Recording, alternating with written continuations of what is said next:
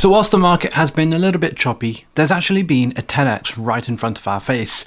Introducing Circle, who of course IPO'd earlier this month at its initial price of just $31 per share. We since saw that skyrocket, hitting just earlier this week on the 23rd of June, $300. I mean, almost a 10x, so right in front of your face there. And I think there's been a lot of discussions following this regarding like how you can kind of bet on the growth of stablecoins. Now, I think unfortunately, being able to have that investment vehicle for stablecoins has been tricky. We don't really have, there's no token for Circle, there's no token for Tether, we have Athena.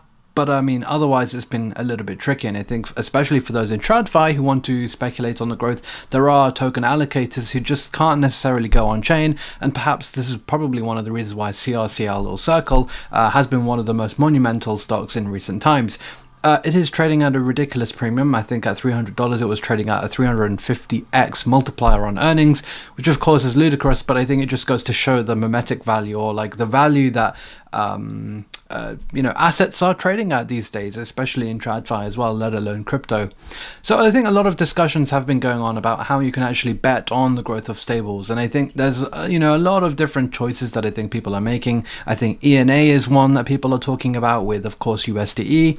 There's also Sky, which is also known as MakerDAO, of course with the DAI, again two of the biggest stablecoins, the two biggest ones actually outside of Tether, which continues to grow, and USDC, which also continues to grow. Interestingly, USDT and USDC make up like 90% of the stablecoin market, and then you've got these two guys, Athena and Sky, with like the third and fourth biggest stablecoins in the market, both of them $1 billion plus market cap, and in total there aren't that many stablecoins with over $1 billion in market cap as well. But yeah, these are like two interesting kind of vehicles of that people are speculating on. You do also have the kind of lending markets as well, because I think a lot of stablecoin growth is happening there. Aave, being the number one app in DeFi today with 25 billion TVL, has been another one, or another big player where I think stablecoins have been really, really interesting for a lot of people. And a way to kind of speculate on their ongoing growth. You could argue that there are other lending markets as well that fit into this category, the likes of Morpho, the likes of Euler, etc., which could possibly fit into that. And last but not least, there is another one on this screen right now, which of course is Pendle, and Pendle being a big player in stablecoin growth, especially when you think about kind of how a lot of the new yield-bearing stablecoins, whether it's Athena or some of the newer ones, have all been able to really supercharge their growth through yield trading products that are hosted on Pendle. And so when we look at the portfolio and where we are today, we have actually cleaned things up. I did actually allocate a little bit to Pendle. Now we are down a little bit. I did actually buy this maybe a week or two ago, and it's been a little bit choppy. I was down about 10% at one point on this, but it seems to have kind of come back down.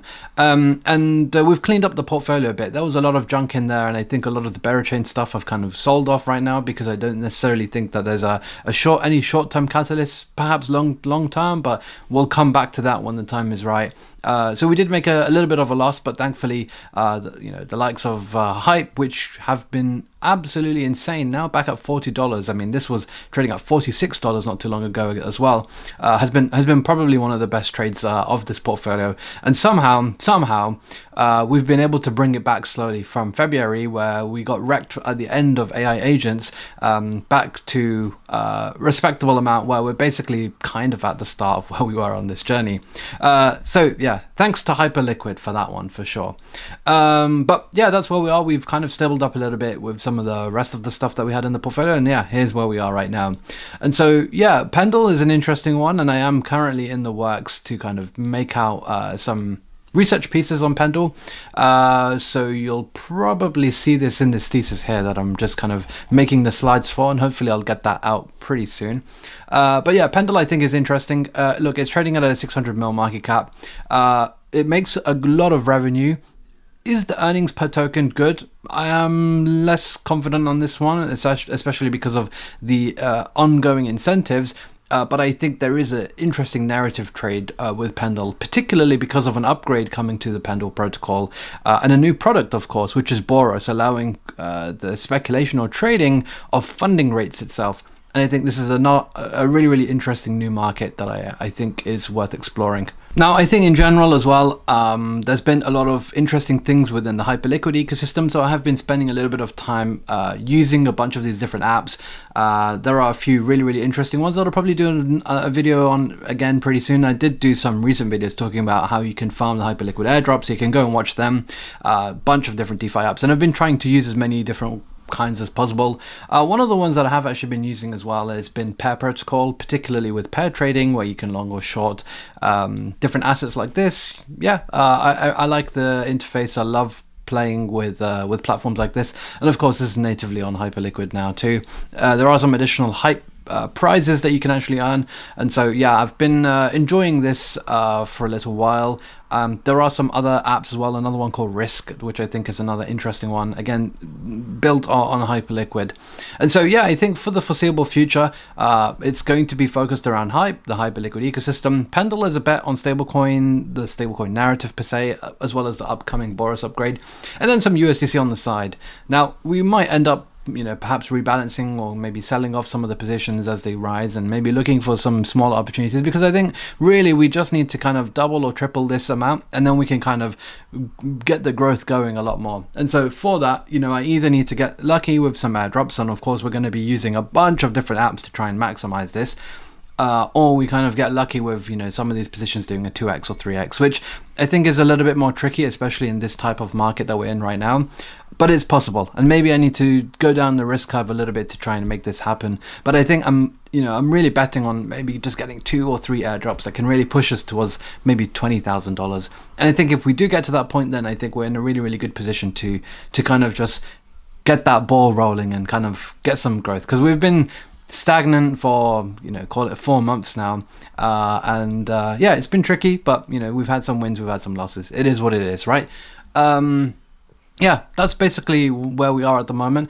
There is one other token that I think is coming to the market fairly soon, and that is Pump, or the native token for Pump Fun, which has been very controversial. Some people think it's extractive, some people think it's just a great business and that's what the people want.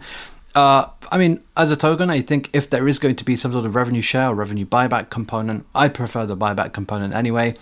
Then I think that could be a token that does an instant 2-3x out of the gate, from a 4 bill FTV. We'll talk about that next time. But I think if I don't update you before that happens, yeah, we'll probably see Pump in this portfolio if I can get it at that 4 billion FTV valuation. So yeah, otherwise that's it. I'm going to try and keep things simple. I'll try and update you a little bit more. I've been extremely busy, so apologies on my end for the lack of update. Let me know what you guys want to see next. Smash the like button, subscribe to the channel. We'll be back with another update soon.